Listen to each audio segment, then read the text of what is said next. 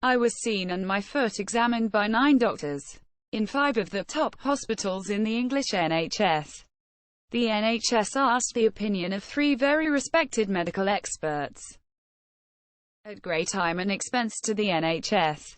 Not to mention the huge distress to me as both of my feet, my right and left knees, then my right hip followed by my left hip and finally my right shoulder were scanned by doctors who couldn't read the scans properly, or made mistakes when typing reports. 2 missed injuries to my foot prevented the mortar and pestle ankle joint from moving left to right, which weakened the grip of the tendons of the bones of the legs.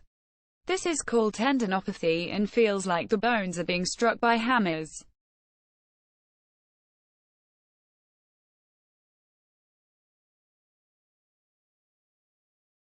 There never was any osteoarthritis anywhere in my body. 9 doctors, 8 years, 5 hospitals and 3 medical experts had all got it wrong.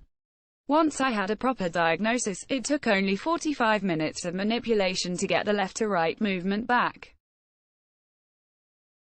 When I complained about my treatment, I was put into the psychological boxing ring by the GPs, AT Medics and the Hurley Group GP Consortium, followed by Barts Health Hospitals, the Homerton Hospital, and East London NHS Trust, Newham Clinical Commissioning Group, University College Hospitals, the CQC Regulator, the Health Ombuds, the Health Service Investigation Bureau, NHS England, finally NHS Resolution, who resolve health complaints fairly, because no one from the NHS ever heard my voice, or did the job they were supposed to do. I live with constant tendinopathy pain. There was no need for this to happen. It could and should have been avoided. None of the NHS complaint handlers have upheld any of my complaints.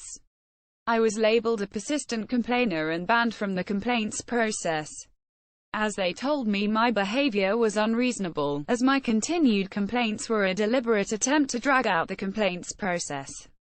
They assured me that all the NHS complaints handling policies and legislation had been fully and properly implemented, and all complaints pathways were now closed to me. They all said no to justice, no to learning. When did the duty of candour become the battle for candour?